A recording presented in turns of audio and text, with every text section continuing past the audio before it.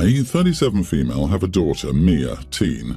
Mia is very forgetful and irresponsible when it comes to school. She's barely on time, late to school most days, even though we live a 10-minute walk away. She will do homework at the last minute and often ask for extensions with work. She tends to remind me to pay for school-related things like lunch money just before I go to bed, or that she needs to take something to school so we can run to the store and quickly get it. Last month, I went on a wild goose chase to help Mia locate ingredients for her home econ class after telling me she needed XYZ ingredients at 10:30. She just checked the fridge and we didn't have them. She was reading the ingredients of an email, and when I saw it was dated a week prior, I got annoyed. Mia couldn't have told me before when we did the big food shop for the family. I told her the next time she needs something for school, she should tell me the day she gets it or the day after that at the latest, or I will not help her out. My husband has stopped helping Mia with her last-minute requests and calls me a pushover for helping her out. But when she asked today to put down the deposit for a school trip, I put my foot down. Mia has known since the start of the school year she had a school trip to Germany. Her school sent an email out 2 months ago asking for deposits for kids to secure their place on the trip. It's about 150, and Mia asked me today to pay as the deadline is midnight or she may be unable to go. I reminded her what I said last time about deadlines and organisation, and as she chose to tell me last minute, I will not be paying for her deposit. She got upset as all her friends from history class were going. I told Mia that she could pay herself from her savings as she has a part-time job, which is more than enough to cover her deposit, but she wanted to save up to buy a new game console. I told her to pick if she wanted to go on the trip or get a new game console, and she called me an idiot. Now I'm wondering if I'm being unreasonable. My husband is on my side, but my youngest said it was mean, and Mia is very upset with me. Edit, Mia has been tested for ADHD and doesn't have it. I did my research at the time and realised it often gets overlooked for girls, but even after getting another opinion, she doesn't have ADHD. She gets help from a school advisor regarding her dyslexia, and at home we've discussed strategies to help her stay on track with her responsibilities. But she will ask for extensions on top of her extensions, which is a sore spot for her and my husband, who wants her to be more organised and not leave work till the last minute. Not the idiot. If she didn't have enough of her own money, I'd probably cave, but she wants you to spend your money instead, knowing full well that she blew it again. Stick to your guns. She needs to pay for her mistake literally. She can remember her obligations if she can remember what game console she's saving for. If she has a cell phone, why isn't she setting her alarms and entering reminders on her phone's calendar? She's 15 years old, for heaven's sake. Stop babying her. You're not doing her any favours. How is she supposed to learn and eventually move out independently if you always enable her? Yeah, I was tossing up whether this was the time to lay down the law, but the fact that she has the money to go, it's just that she doesn't get a game console and to go on this trip. A perfect way and time to teach her that her actions have consequences. If you choose not to decide, you still have made a choice. Yeah, the ripe old teenage years are the perfect time to be taught this life lesson. As long as you stop enabling your daughter, she'll get the point. She might think you're idiot now, but she'll realise later what you're trying to do. Landlords won't always give an extension to pay rent. The boss won't be willing to give more time to finish a project. People aren't going to want to be your friend if you're a last-minute flake with all the excuses. There are some cheesy examples, but your daughter will live, OP. I disagree, you are the idiot. People think dyslexia is just about spelling or reading and writing, but it actually has a far greater impact, including on things like being able to remember instructions, lists, organisation, etc. Many people with dyslexia can struggle to get things done in a time frame that is acceptable to others because they can't figure out how to start a task. It's like a blind spot where they can't see what to do first. OP needs to work with her kid on how she should do things, not punish how she's currently doing them. I, male 43, have been married to my wife 40 for 15 years. We have a son who's a tween. I really love my wife. I adore and idolise her. Seriously, she's the best thing that has ever happened in my life. I'm willing to give my life for her and her happiness. All this time I've been living a really happy life with her, and we've never had any arguments or misunderstandings. But there was one incident. As it turned out, when our son was a pre-tween, my wife had an affair partner. I didn't know about him. Their relationship continued until last year when our son became a tween. That's when my son told me about this piece of crap. My wife was taking him home to her affair partner, and our son saw their relationship but was afraid to tell me for 3 years. It's been a tough year since everything came to light. First, I dealt with this idiot, and then my wife and I had a long talk with each other and figured out what brought us to this situation. We moved to another city and changed jobs, and finally we're living a happy life again. I love my wife and I will never leave her. Yesterday, my son fought with my wife. The teacher at school complained about our son's behavior to my wife. My wife at home began to reprimand our son and he only snapped, defended himself, and claimed that the teacher misunderstood everything and he did nothing wrong. And all this time, he didn't want to listen to what was being said to him. I, of course, also intervened in the argument and defended my wife. Finally, my wife couldn't stand it and told him to go to his room immediately. My son snapped back, "Command your John," that's what I'll call her ex-affair partner's name. Rage immediately boiled up in me and I told our son that his mom was right and he should go to his room immediately. I also deprived him of his PS, phone and pocket money. When he asked what the punishment was for, I told him that his mom's personal life was none of his business and who was he to judge his mom. I'm a husband and I have to deal with these things, not a tween boy. So your wife made your son an accomplice to her affair and he's had to deal with that for 3 years? And now, because you want to forget that your wife cheated on you for 3 years and took your son to John's house while doing it, your child also has to just get over it? Your child does not respect his mother. That is the consequence of her actions. Your son does not respect you. That is the consequence of your reaction to everything. You're punishing your son for reacting to the mess you as his parents made. Yep, you are the idiot. This affair totally changed the kid's life because he had to move, change schools, lose his friends, etc. OP, you're trying to create this very false narrative that your wife is perfect and worth worshipping. You're putting her on a pedestal and refusing to take her off it, despite her having a multi-year relationship with another man is ludicrous. It's time for some serious couples and family therapy, and probably individual therapy for you too. Dude, not only did you uproot his life completely for your issues, but he also had to witness his mom having a secret affair for 3 years, and somehow it's none of his business? Your wife put your son, a little boy, in an awful position and made him keep a secret from his dad for 3 years out of fear? Her personal life is his business because she involved him in it. You're taking out your frustration with your wife on your son. He's not the one who cheated on you hundreds of times. I, 36 female, usually have time to drive my daughter to the bus stop every morning before work. Last week, where we were, it was minus 11 degrees wind chill. A kid, tween to young teen, middle school aged, comes down to the bus stop as well. I don't know him or his parents. This is relevant to the story. On Friday, when it was minus 11, he came out in a thin pullover. I felt like I couldn't ethically allow a kid to stand out in such cold weather when I had a warm car he could sit in. He took my offer and sat in my back seat while my daughter and I spoke. He kept his AirPods in and said nothing but thank you. Buses were running about 15 minutes late as well, so nobody really should have been out in that. However, yesterday, while I was walking my dog, a woman came up to me. She asked me why I took her son into my car. I explained that the weather was well into the negatives, he was not wearing a coat and the bus was quite late.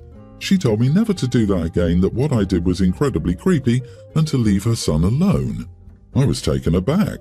I just offered the kid a warm place to sit and didn't even speak to him.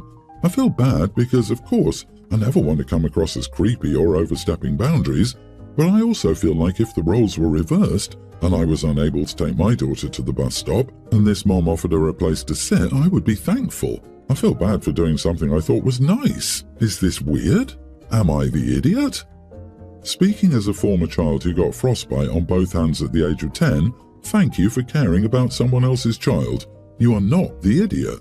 The mother's concern is valid, but she was also the parent who sent or allowed her child to go to a bus stop in weather that could have seriously harmed him.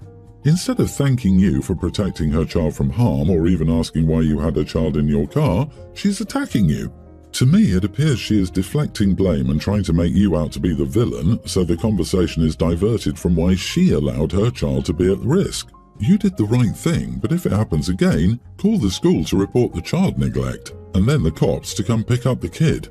If the boy and her daughter get on the same bus every day, the odds are that the boy knew the mum and daughter by sight, so they recognized they weren't in danger. This was more about control. My husband wasn't allowed to ride with others until he was an adult. He walked to school in the snow and didn't tell his parents if a friend picked him up away from his home.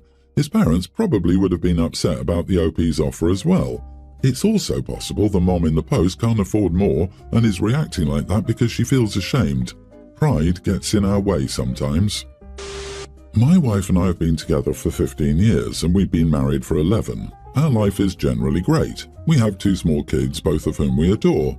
We agree on all the big things in life: finances, politics, spirituality, how to raise our children, etc. We're not loaded by any means, but we live comfortably enough. We have a house in a great neighborhood, can pay all our bills and have money left over to do fun things. I feel bad even complaining because I know that compared to a lot of folks, we've made it, but the physical spark in our relationship is essentially non-existent. My wife has gained a significant amount of weight since she had our first child 5 years ago. I'm not talking 25, 30 or even 50 pounds. I'm talking probably 100 to 150. It's affecting our relationship deeply. I've almost grown resentful that she no longer considers taking care of herself a priority, nor does she care about her appearance. I've tried having very gentle conversations about the topic. She is, of course, sensitive to the subject, so I'm sure not to abuse her with words, call her fat, etc.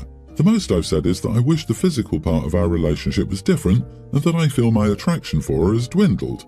Yes, I realise there's no nice way to say this. I really tried my best to say it as softly as I could while still making sure she understood how I felt. She took this very personally and wanted to turn it around on me by saying that she's not going to raise her daughter to be conscious of her body, feel wrong about how she looks, etc. She is a good person and a good mom. She works very hard, probably to a fault, and I think she's at her limit of managing stress between work, raising a family, etc. I want to encourage her to try to get healthy, but she's not interested in engaging in the conversation. She says she's always struggled with weight and no diets, etc. have ever worked for her. I've been with her long enough to know she's capable of doing anything she sets her mind to, so it's frustrating to see that she just straight up refuses to engage here. I'm almost positive she's afraid to fail somehow. As an aside, a few years ago I was unhappy with how I looked and felt. I took the initiative to change my life via regular exercise and diet, and I'm much happier and healthier now. I've tried encouraging her to join me, work out, etc., but never got any traction. I've given up on asking because it's pointless. I don't know what to do anymore. She has zero interest in intimacy because, in her words, and I get where she's coming from, she feels unwanted. We still do have it somewhat regularly, but without me being the initiator, I think we go months without. I refuse to give up on my marriage and our life together and leave my children just because of something as superficial as one's weight, but at the same time, I feel like I don't know what else to do here. Am I the idiot for not being physically attracted to my wife any longer? She took this very personally and started to gaslight me, saying that she's not going to raise her daughter to be conscious of her body, etc. Where does the gaslighting come into play here? You are the idiot. She probably doesn't prioritize her looks anymore because she can't. Maintaining work, a household, and children already takes up her time. Having children ruins your body. A lot of women don't carry children for this exact reason. It costs to bring life into the world. There's a difference between being body positive and content with yourself and justifying not taking care of yourself. She cannot use that excuse of being a role model to her kid because teaching your kids not to care for themselves is not a goal. You teach kids to eat healthy and be active, not to let yourself suffer from low self-esteem over things in your control. Not the idiot. Everything else aside, 150 pounds is an entire human's worth of extra weight. I'm not sure many people would still be attracted to their SO if they literally doubled in size. Intimate life and relationship dynamic aside, your wife can't possibly be healthy and needs to take steps towards losing weight and getting healthy again if she ever wants to get the same enjoyment out of life as she used to. Not to mention to live a long, healthy life, be there for her family, and watch her kids grow up. At this point, your wife needs medical intervention. This is not normal postpartum weight gain. Everything else pertaining to this situation should be taken up with a marriage counsellor.